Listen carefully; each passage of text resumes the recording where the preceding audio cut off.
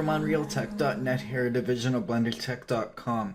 Last episode we finally finished the weapon base class. This leaves us with the ability to create guns, and I asked what should we do next. The only vote I got was to make some guns with it. So that's what we're going to do. One problem, however, we need something to shoot out of our guns, whether it be rocks, lead, grenades, or aliens. Whatever we end up making guns for in the end, we need something to shoot out of them.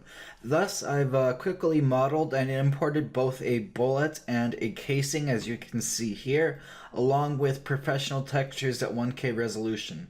So open your project and remember, create your way.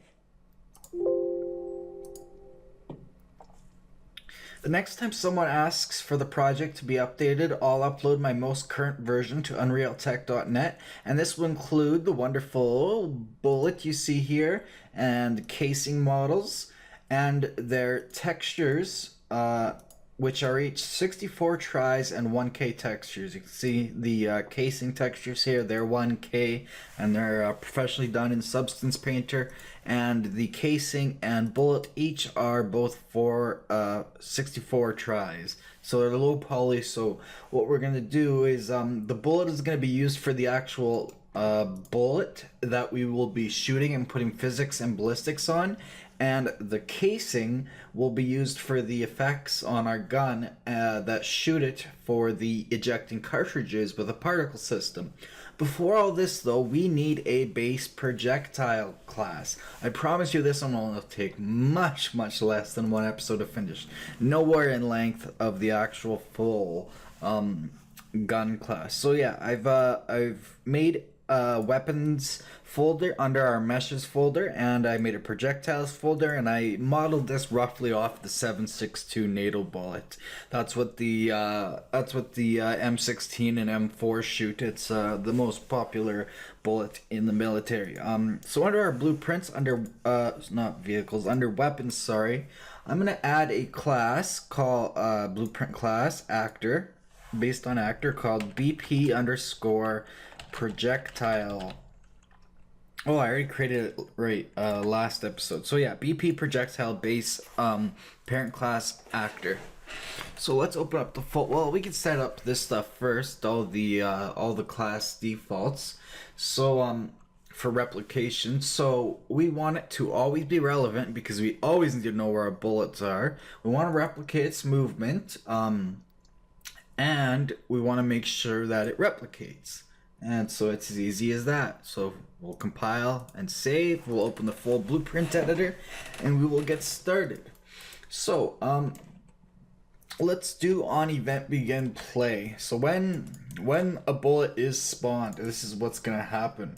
We are going to first of all, let's add obviously what we're gonna need, which is a projectile movement component. Very important. And we're also going to need to add a static mesh. Whoops, not a skeletal mesh, a static mesh. And I'm going to drag that onto the default scene root to make it the new what do you call it, root. And I'm just going to call this the mesh. And we are going to add a particle system. And make sure it's parent to, whoops, not the parent, make sure it's parent to the mesh, and this is going to be the bullet trail FX. We can just go trail FX, so that like the streaks and stuff that certain bullets leave, or like smoke if we're shooting like a smoke canister or something, that'll be that. And we also need audio for that, so we're gonna add an audio component, and this will be trail FX audio. So with those set up, we're gonna go to our mesh and make sure that block all dynamic is set up. That's looking good to me, so I'm happy with that. Everything should be fine for what we're going to do. I don't want CCD, just make sure that's off. Perfect. Okay, so yeah, on event begin play, what we're gonna do is we're gonna take our projectile movement component. Again, I feel like I have no screen space. I think on Boxing Day this year, I'm gonna buy myself a 4K monitor. We're gonna take this. We're going to get initial speed. So the initial speed of the projectile. We are also gonna create a variable called initial direction. This is gonna be of type vector. It's going to be editable, and it's going to be exposed on spawn. That way, when we spawn a bullet, we can set its initial direction. So editable and expose on spawn, and that is fine, and it's going to be 0, 0, 0, so we can leave it that way. We're going to bring this into our blueprint as well. Line up pins here, roughly, I guess. And arrow keys don't seem to be working. There we go. And then we're going to take our projectile movement. We're going to reroute. I'm going to straighten this out. We're going to multiply initial direction by initial speed. So we're going to do a vector by a float. So we're going to multiply those two. And we're going to take the result and we're going to set from projectile movement, we're going to set velocity. So we're going to set the velocity of the bullet based on initial direction and initial speed. So that'll set our velocity when it's spawned, just like so. I could probably bring this back a little bit, keep things nice and clean. Alrighty, cool. Then what we want to do is we want to take the mesh and we want to do something, another not commonly used node but very useful, which is ignore actor when moving. And the actor is going to be get Instigator right there. So whoever instigated this shot, ignore that actor when moving. So if a gun shot this, ignore that actor completely. So that basically makes sure that it doesn't collide with our gun at all, and stuff like that. So B should ignore is true, and that's just in case we have oversized bullets or our sockets are off or whatever. Just kind of a safety check, and its target is the mesh. So just like so. I can probably bring this like in a little bit too, keep it clean as well. And then next we want to set projectile movement. Maybe I could reroute it. No. I could reroute it down here, I guess. What I want to do is I want to set active. That's just going to be confusing being that far away. So we're going to take our projectile movement again and we're going to set active. And new active is going to be true. And we'll just plug it right in there. Let's bring this back, just like the other one. And what that means is we want to take our projectile movement component and we want to set auto activate to false. There's a few other settings in here that I want to edit, I guess, while we're in here. So let's make this a bit bigger. Initial speed, I'm going to set to about 5,000 centimeters per second. Max speed is infinite. Rotation follows velocity, true. Initial velocity in local space, false, since we're working with that. And I think the rest is fine, yeah.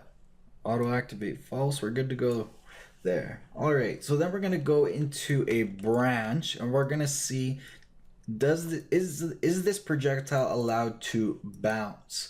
So let's create a new variable called b bounce. B bounces. Does this projectile bounce? It's going to be a boolean. It's going to be editable, obviously, per projectile. And by default, it's going to be false. So let's plug that in there. So that's a branch. And we'll take our projectile movement and we'll reroute it. And so if true, Then we're gonna set B should bounce. This is a default value to true. By default it's false. So if true, then this spawned projectile should bounce. So that's our event begin play. It's pretty obvious what it does. I'm not gonna make a big comment on it. Then we need event destroyed. So what happens when this bullet is destroyed? Its lifespan is set to 0, etc., etc. So event destroyed, or when we call destroy actor on it or something. What we're going to want to do is the trail FX audio. We're going to want to fade that out. We're going to want the audio to stop playing it in case there's some sort of long like rocket whoosh loop. You know, if you shoot a rocket and then it immediately hits a wall, we don't want like the whoosh to keep playing when it hits a wall immediately. So the fade out duration is going to be very small, like 1/10 of a second, and the fade out volume level is going to be 0. And speaking of rockets, that'll be a type of bullet. So we're going to make a new variable called B exploded. And this boolean is going to be repnotify. Speaking of, we never did the repnotifys in the weapon class. So we'll probably do that this one too. We want this to be 0 filled at load, and it'll be false by default. So we want to go into a branch, and when it was destroyed, we want to check if it did not explode, so not boolean, and then put in B exploded. So make sure our bullet did not explode. And if it did not explode, then we want to get actor location, and we need to create our first of 3 functions, and that function is explode without impact, without impact data.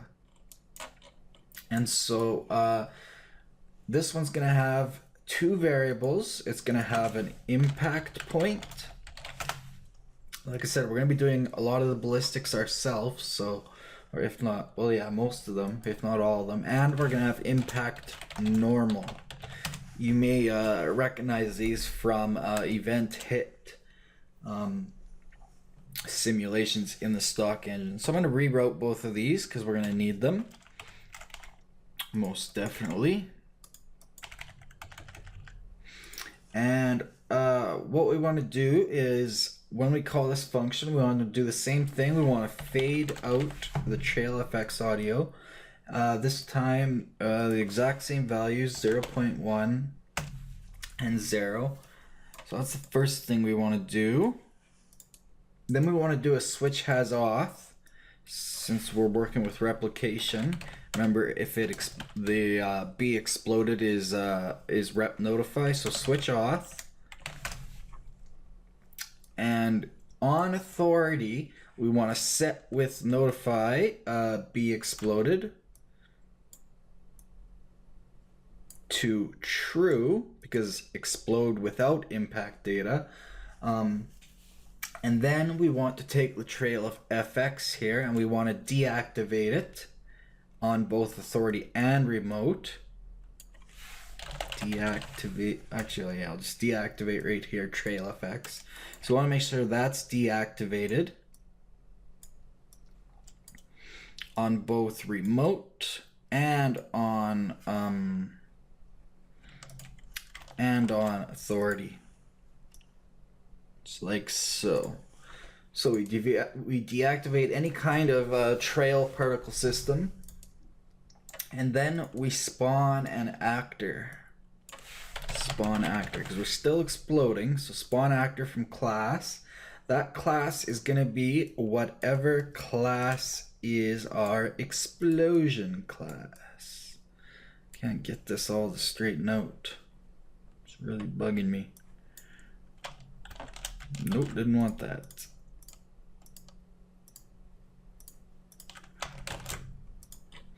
So that class is going to be a new variable. So So let's create a variable called explosion class. So this is for projectiles that explode. It's going to be editable. And so what we need to do is we need to make that class for exploding projectiles. So let's right click, new blueprint class. It's going to be of type actor, and that's going to be BP explosion effect. So let's save all this. So let's go in there and set this to that class. So BP underscore explosion effect class, and then let's compile because we want to set that to that class. So plug that in there, and then we want to make sure it always spawns ignore collisions, like so. And we're gonna want the instigator to get instigator. Target is actor, like so. And the spawn transform, where are we gonna spawn the explosion effect? So we want to make a transform. So the scale can be 111, obviously, but the location and rotation is quite different. Rotation, we're going to want to do a vector to rotator. This should be no, right? Oh, that's in C++. So let's go to our BPM helpers, and we can recreate the C++ code in Blueprint. So let's add a new macro called vector to rotator. Epic has this available to C++ in its API, but not in the blueprints, which is odd. I think they should have exposed it by now because it's really quite simple. They said they were going to add it in 4.8, but they still haven't. Anyways, we need an input and an output. Obviously, we need an input, which is going to be a vector. I'll go straight from the code, so that'll be invect. And we'll need an output, which is going to be a rotator, which is going to be outrot.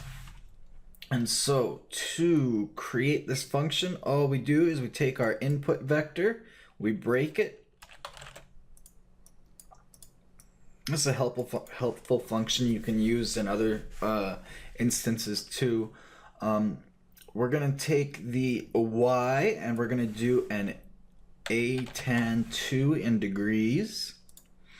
And we're going to take the return value and we're going to make a rotator, but we're going to put it in the Z. And the return value goes out to rotation. The y comes from another a tan 2 in degrees. The x we leave alone, we don't need any roll. B, we're going to do a square root.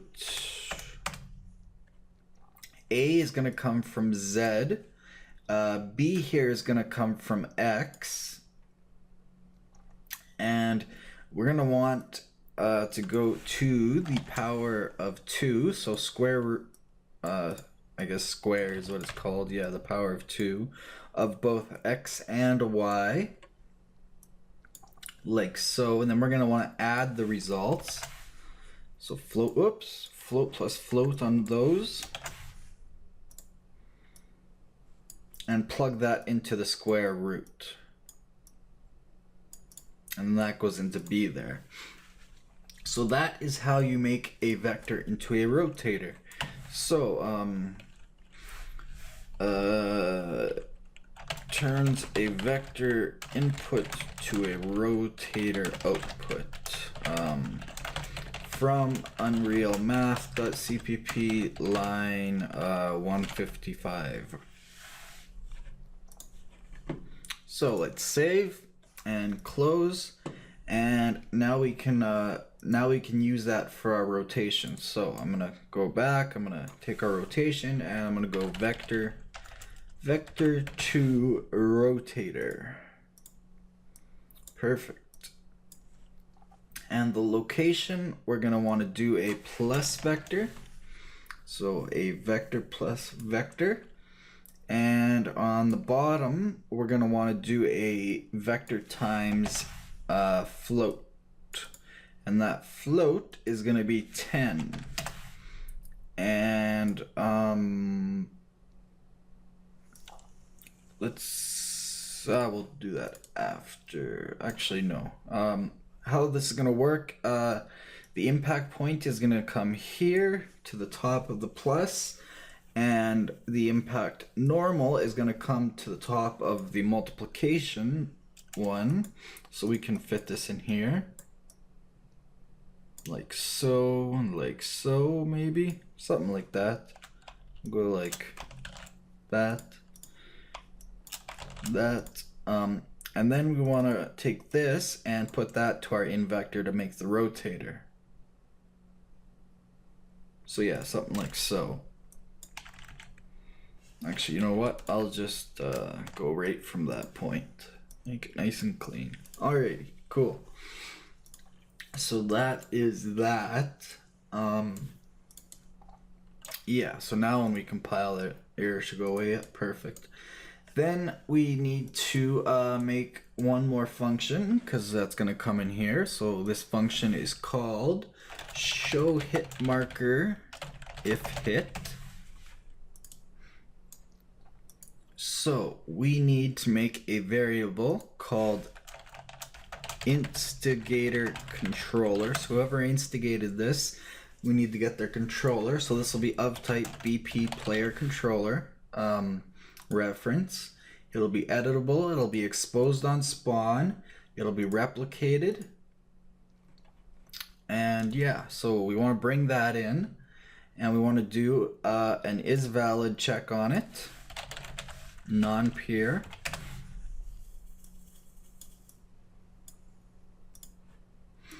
And we also want to check if it's locally controlled, or is local controller, sorry. So is it the local controller?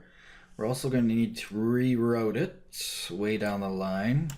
So I'm going to bring this like here. Straighten that out. And we're going to go to a branch if it is valid, the condition being if it is the local controller. Maybe something like that. And if true, we're going to want to do a sphere overlap actors. So you give it a sphere and it tells you all the actors that it's overlapping. So this is going to have to come down. Maybe I should reroute it like that. What we're gonna do is we're gonna get HUD like so, and then we're gonna take that and cast to BP HUD, and I'll do the rest of that after. For now, let's work on this sphere overlap actors. So the sphere position is get actor location. Let's see if we can just fit that in there. The sphere radius is going to be the damage radius of an exploding projectile if it is exploding. So let's create a variable called damage radius. It's going to be of type float. It's going to be editable. And let's hit F7 to compile, and let's give it a default value of like 750 centimeters, so 7.5 meters. And so that'll go into our sphere radius. The object types, we want to make array. We only want to affect pawns, although if we're going to get into destructible stuff and vehicles, we'll add some more to that later. And the actor filter class is going to be BP base character, and actors to ignore, none. So that error should go away now. Perfect. So what we want to do here, we want to take the number of actors and we want to find out how many. So we're going to get the length of the array. And if it's greater than 0, if we have more than one pawn that it hits in that radius, then we want to go into a branch. We could probably take this and make it fit a bit better.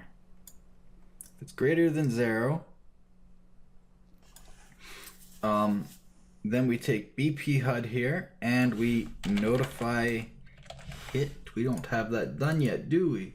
So we're gonna have to make that very quickly. So let's go into a blueprint, BP HUD, and we have notify out of ammo, but we don't have notify hit. So let's create a new custom event called notify hit. And this will be used to create, you know, in Battlefield, obviously, and all those other games, when you get hit, sometimes it shows you like where you were hit from, with usually like a yellow or red arrow. We're gonna do something similar to that in the future, most likely. So we wanna create a new variable called last hit time. I don't think we did we create this?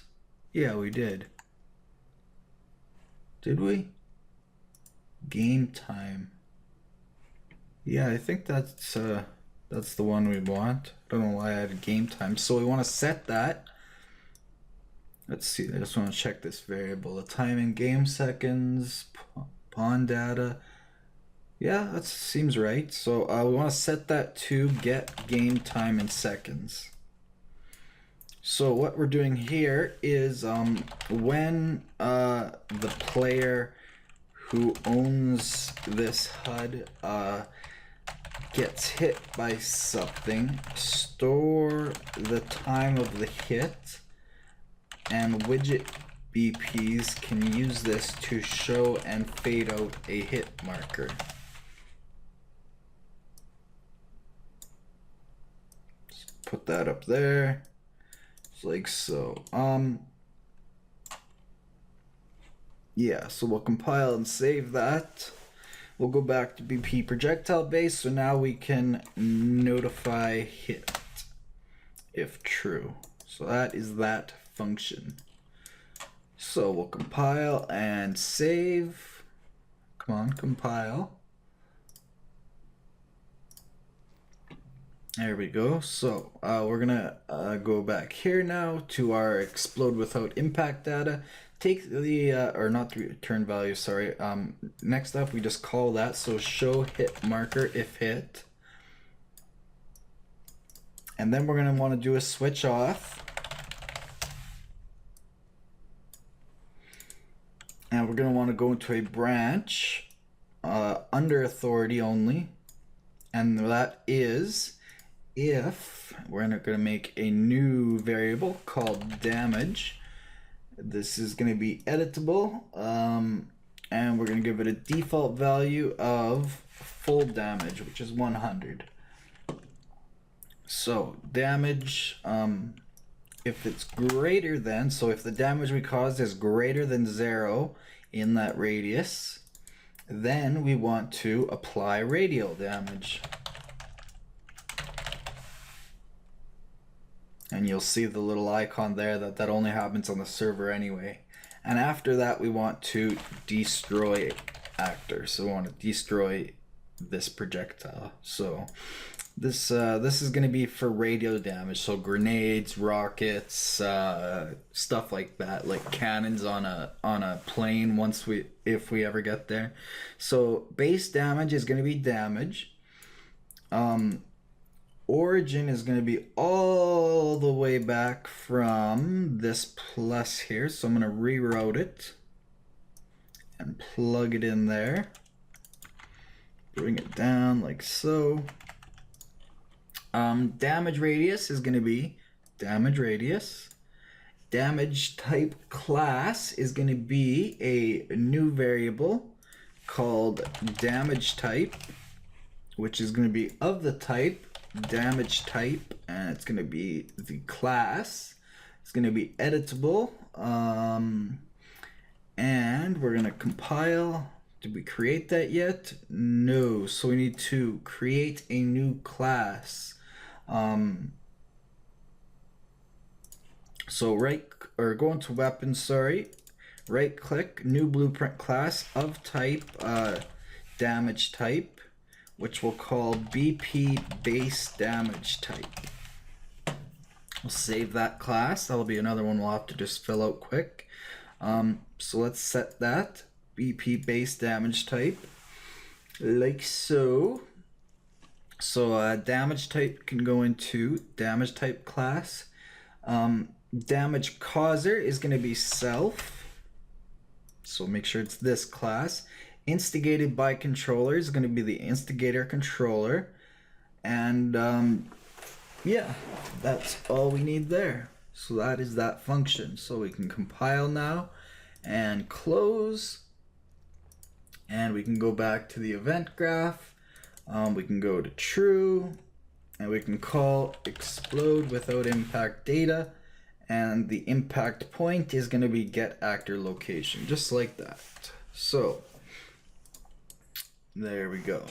If B exploded is set to true, then we explode without impact data like that. Otherwise, we're going to do damage in other ways. So we're going to do on component hit.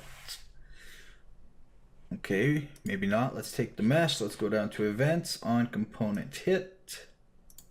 Since it didn't want to show up on the list, we'll do it that way.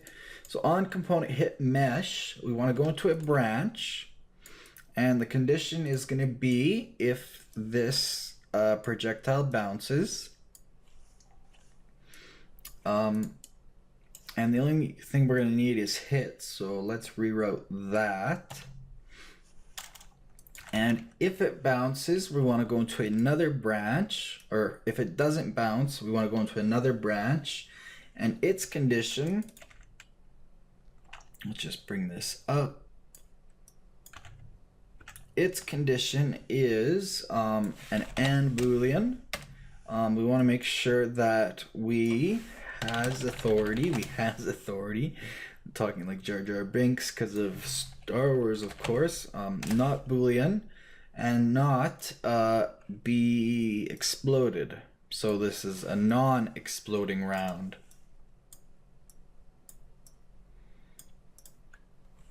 So we're the server and it's a non-exploding round.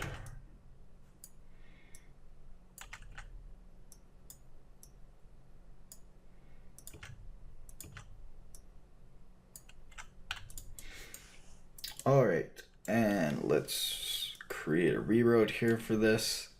And if true, then we want to explode our projectile. So we're gonna need a simple function for explode. So explode, and this has an one input called impact of type hit result. And so this function, what we want to do is we want to do the same thing. We want to take trail FX audio and we want to fade out again. When we explode, we want to make sure that the audio fades out quickly. So over a 1/10 of a second or so, down to 0. Our hit result data structure is going to be needed a few times. So let's reroute it here, something like that. Then what we want to do is we want to set with notify be exploded to true. Then we want to take the trail FX and we want to deactivate it. Oops, deactivate.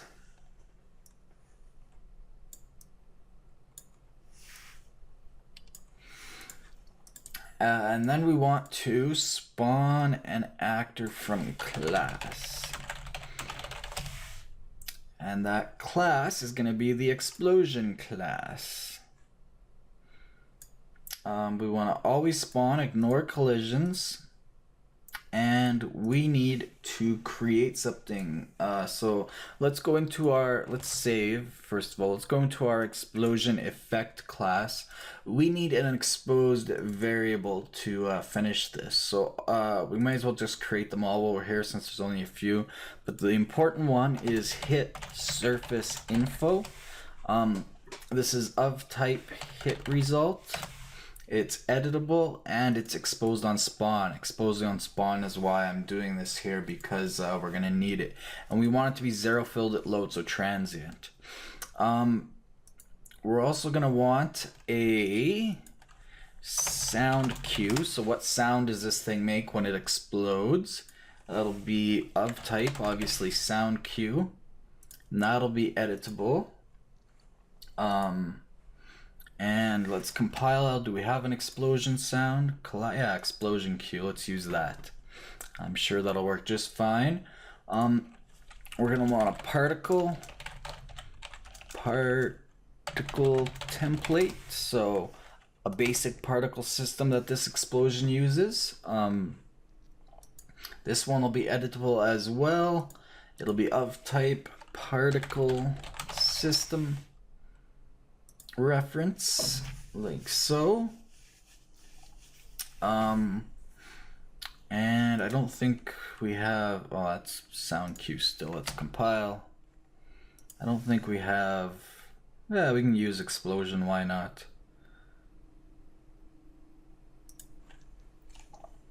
So just like so. And lastly, we need decal data. We want it to leave a decal, like fire burn or whatever. So decal data. So this will be this is a custom one, so it will be editable, but we need to go back and create it first of all. So we need to create a structure. So right click, blueprints, structure. It'll be s_decal data. Whatever, misspelled a little bit, not a big deal. So we're gonna have the decal material, which will be of type material reference, and it'll also have a size, which will be of type float. Whoops, type come on, float. We'll give it a default value of 256 by 256, and it'll have a lifespan in seconds. And you could even give it a tooltip in seconds. And you see, so that would be something like 15 seconds. So let's save that and let's set that here. So s_decal data, like so, and compile, make sure our default values come up perfect. And I was just thinking we might as well where were we in our weapons here, in our decal data, we might as well fill that material up with a default since it's pretty easy to create. So we will we don't have that yet. Let's create a new folder in our base called fx. Let's set this to orange. Let's create a new folder called explosions.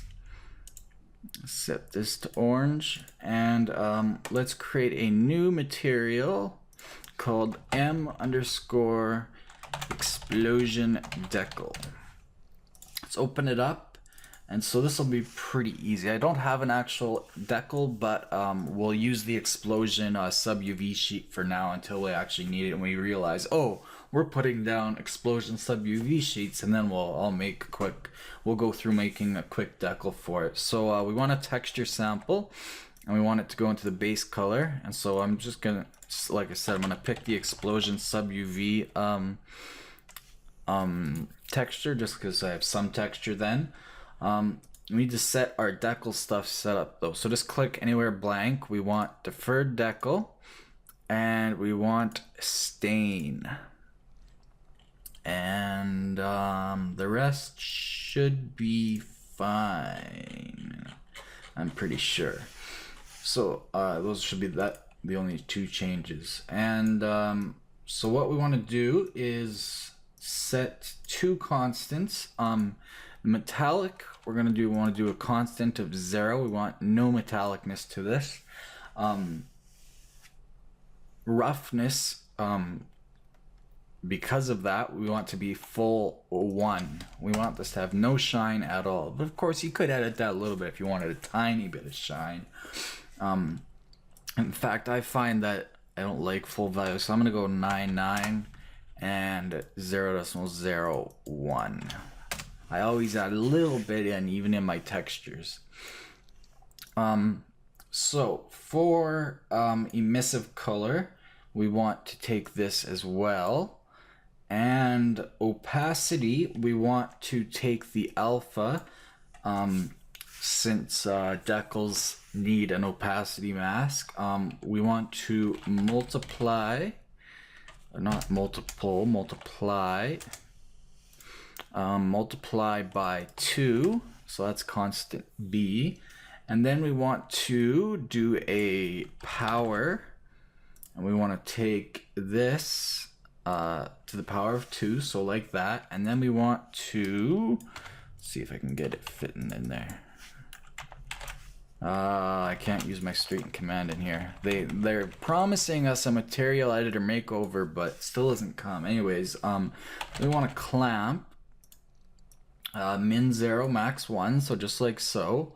And then that goes into our opacity mask, like so. So yeah, we'll make an actual decal when we need it, but that will be the material. And that way we don't have to go back and change all this stuff later. All we have to do is the material. So let's set that to m_explosion decal. So save and explosion effect. Let's compile to make sure that's in there. Perfect. I'm happy. So the explosion effect, it has a little bit of stuff to go in there, but I'm not going to worry about it right now, so we'll just close it off. So back to projectile base where we were working. We need to do this again. Now we have hit surface info. So all we need to do with that is just plug it in like that. That way we know the impact point, and then it gives us the hit result plugs into the hit result when we make the explosion. The instigator, again, we do a get instigator. Target is actor, not the pawn one. And so spawn transform, again, we want to make a transform. Scale of 1. Rotation, again, we're going to do a vector to rotator. Location, we're going to do the same thing. We're going to do a plus. This is basically the same as the explode without impact data. It just has impact data. I could almost copy this. I almost should, but whatever. Vector plus vector. And the bottom one, we do a vector times float. That is 10. And so what we do is we are going to use this. We're going to take the impact data and we're going to use it now. So we're going to break the hit result. I'm sure you've all seen this before. I'm going to bring this on way down so it doesn't get confusing. Alright, so what's going to plug into the top here is the impact point. And this one is going to be the impact normal. And the vector to rotator is also going to be the impact normal. That takes normal and makes a rotation out of it. Makes sense. A normal obviously points in some rotation data. So we can probably bring this up and over, and well, we're gonna need that value again, so I'm gonna leave it like that. We can probably throw that there, bring all this over a bit. Good enough. Alright, now that error should go away. Perfect. So now what we can do, we can do the same thing, show hit marker, if hit, and then we need to handle the projectile damage on the server. So we do a switch has auth.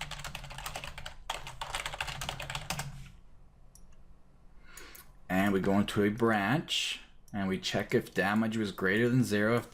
If there was no damage, there's no sense doing extra networking stuff. So we do damage, we make sure it's greater than 0. That's our condition. And this is only under authority, only on the server. And if true, then we apply radial damage. And that only happens on the server anyway. Apply radial damage. And at the end, we destroy the actor again, obviously. We don't want bullets hanging around doing nothing. That would lead to memory leaks. So damage, base damage is damage. Origin comes from, again, the plus, the vector plus vector over there. Rewrote it again. I guess I could have rewrote it up. That would have looked not too bad. Damage radius is damage radius. Damage type class is damage type. Damage causer is self. Instigated by controller is instigator controller. Yeah, that's set up. So all we're doing here is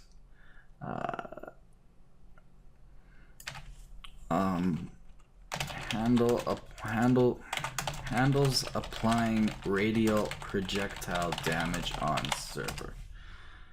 Close enough. So let's compile that and save. Let's close explode. And go back to our event graph. So now all we do is we just call explode. And the impact data comes from the hit data that comes from on component hit mesh. So when this bullet hits something, then it explodes. Using that data. So otherwise, if it's not an exploding bullet, then we do something very easy. We do event radial damage. Go into a branch. So this will also be called if it explodes, but this is where it would stop. So we want to do a not boolean, not be exploded.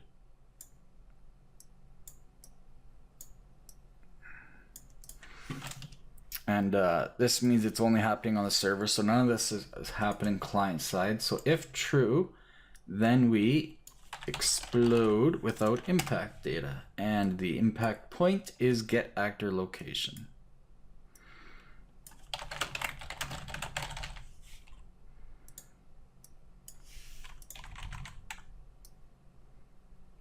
Like so.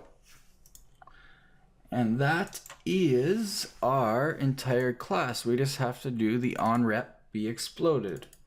And that one's very easy. We just do a switch has auth, switch off. And so if we're the client, we explode without impact data. And the impact point is get actor location, and the impact normal is get actor forward vector. And a way to improve this, so this can be improved by getting the forward vector from velocities forward vector, aka the velocity data from projectile movement. That would give us more accurate impact normal, but getting the actor forward vector will work pretty much exactly the same, except for in extreme cases. So that is our that is it, more or less. We also want to create a variable called display name. What is this projectile called. So this will be of type name. And let's compile and give it a default value of just default projectile. So yeah, I think that is it. There's one last thing we have to do. That is, let's go into class defaults. The initial lifespan, we don't want it to last forever. We want it to last something like, say, 10 seconds initially. Or what did we set our lifespan to otherwise? I think it was like 15 seconds. Oh, that was decals. Okay, never mind. Yeah, so that'll be fine. I think the rest is all good in here. So let's compile and save.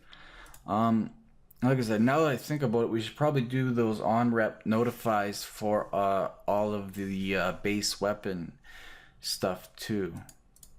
Apparently this is freezing up. There we go. Alright, we'll close BP HUD too. It looks like it wants to crash or something almost.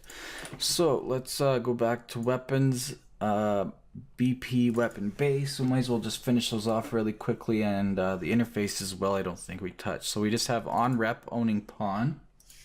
So all we're doing here is sometimes the owning pawn gets replicated late network traffic, like if a client joins halfway through the game or due to lag. So we just make sure that the variable is set up properly here, no matter what. So we go into a branch and we check an AND variable, or an AND boolean, sorry, and we do B needs attached update on owner rep. So on rep owning pawn, and then we do owning pawn, and we make sure it's valid, or is not valid technically. If true, then we set B needs blah blah blah blah blah to false. And then we do a switch auth because the authority will always be in sync, but the client might not. So that's why we're going to do remote client side. So what we're going to do is go into a branch with the condition being, we'll take the owning pawn and we want to get equipped weapon. And we want to make sure, or we want to check if it's equal to self. So whatever weapon class is calling this when that variable is used. And then we want to also get holstered weapon, and the inventory slot is going to be get inv slot type. And that'll be set to primary by default, so we'll check primary. So we want to make sure this is also, or we want to make sure our class is also equal. I hate how that does that. We'll go weapon equal, and then we'll just swap to places. So we want to make sure weapon is also equal to self. So if true, we do a start equip. If false, we go into another branch with that one being the condition, and if that one is true, then we attach to owner holster. So that's that on rep function. So yeah, again, what we're doing here is just verifying owning pawn is set properly if owning pawn gets replicated late in the network traffic, which could happen if a client joins halfway during the game or just extreme lag. And then we want Unwrap flash counter. This one's pretty easy. So Unwrap flash counter. We just go into a branch. The condition is not. We get game time in seconds. and we check if it is less than 1. So if game time in seconds is not less than 1, basically what we're doing here is it's just a kind of hackish workaround for skipping initial replication. It fixes the problem where all weapons fire if a client joins late. So workaround that fixes all weapons firing if a client joins late. Because remember, flash counter, that counts when a weapon is fired.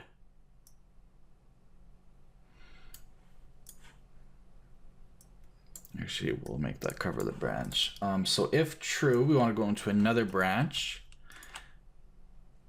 We want to check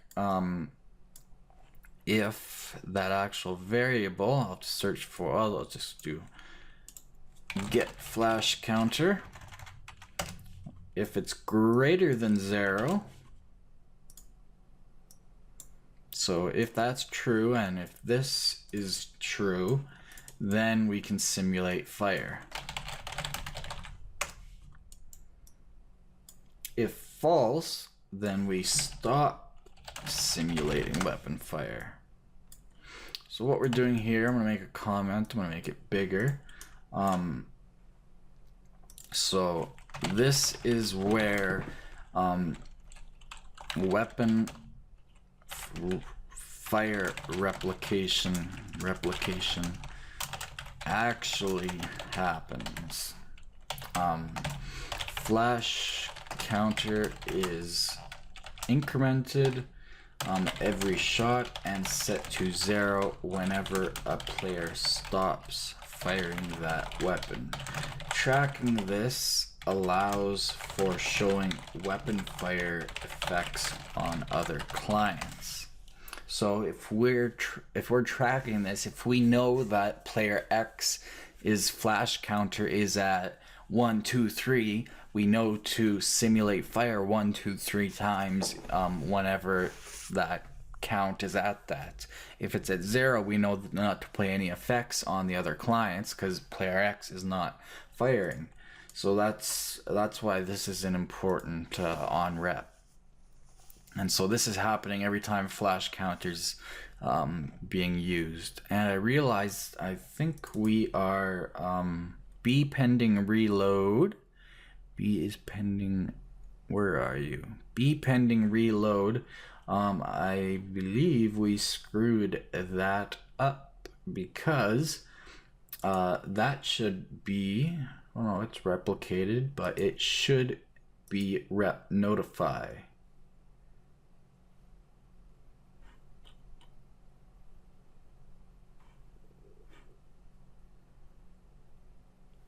I believe. So, Unwrap B pending reload. We go into a branch. My reference material tells me it should be replicated, but it also has the Unwrap function.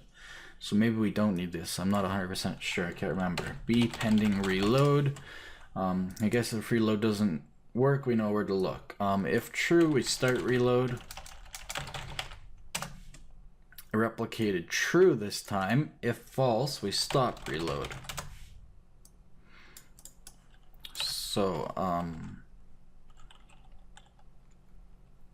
first place to look if reload doesn't work. B pending reload might not need to be repnotify. And rather, whoops. And rather only replicated. So let's compile and save. And I guess we might as well do these interfaces too. Or did we do them already? Is focusable. Yep, that's right. Get tooltip. Yeah, we did that. Okay, never mind. We did all this. Get tooltip. Text. That is totally fine. Oh. No, right, we weren't gonna do that one yet. Pick up, I think, is where we missed some. Yeah, so If it is valid, right, because we were working on the pick up weapon off of character. So interacting pawn, make a reroute, and pick up weapon. That's what we were missing. So if it is valid, we do that. The weapon on the ground is self. Then we go into that, and I think, yeah, that was finished. So perfect. And is item pick upable? That one we didn't do, but that one's pretty easy. So let's just give this some space. So this is based on an AND Boolean with 3 pins. The bottom one is current state equal to dropped.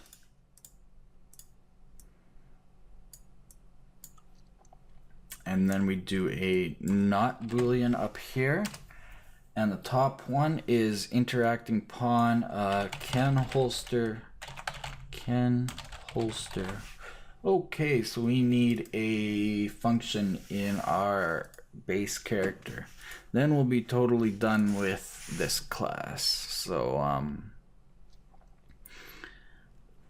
let's finish this off here. So let's make a new function called can holster equipped weapon. So this just checks, can we holster an equipped weapon?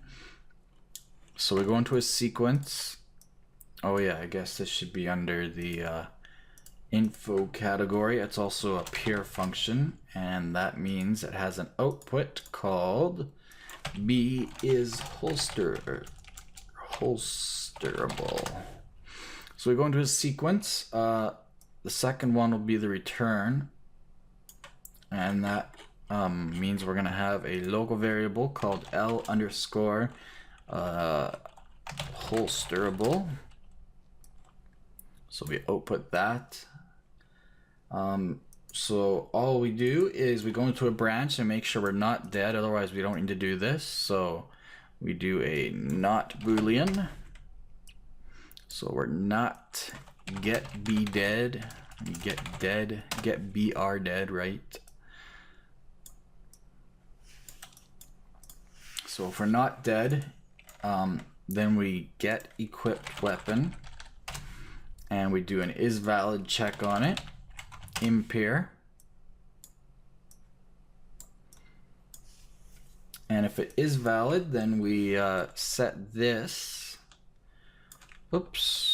to we could can holster that return value if it is valid. If it's not valid, then we say that it is holsterable. So we set it to true.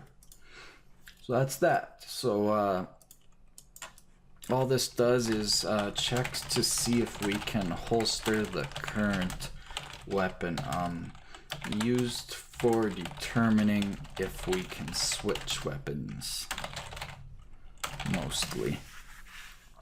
So compile and save, then we can go back to BP weapon base. This takes 6 seconds to compile. I don't have my computer overclocked right now. So interacting pawn can holster equipped weapon. That goes into the top one.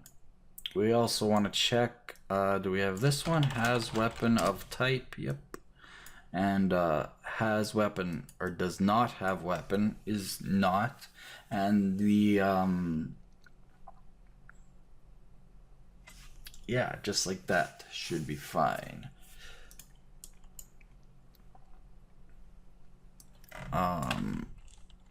If breaks, test weapon class should be equal to self, but I think it picks that up on its own.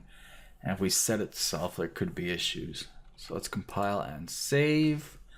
So I think that is this entire class. I'm pretty sure. I'm gonna go over all these values, but they're all 0, dropped, and false except for ragdoll on spawn if dropped. So I think we are good to go in that effect. Display name, weapon base. We just don't have the force feedback effect. We don't have the muzzle flash particle system.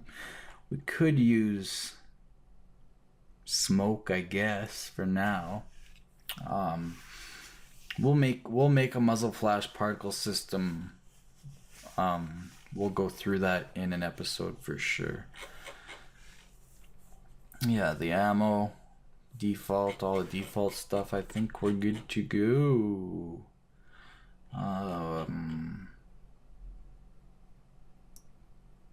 Just the timing, wind down time, yeah, 0, wind up time 0, reload time with no animation 1 second. Yeah, I think that's all good. So yeah, we can compile and save, and weapon base is done. Make sure this guy's saved. So I'm gonna leave it off there for now. So now we have actual damage type. We'll need to fill out that quickly, as well as BP explosion effect. That's all got some logic in it, but we have our projectile base. That's good. So we can actually set the mesh to bullet. Perfect.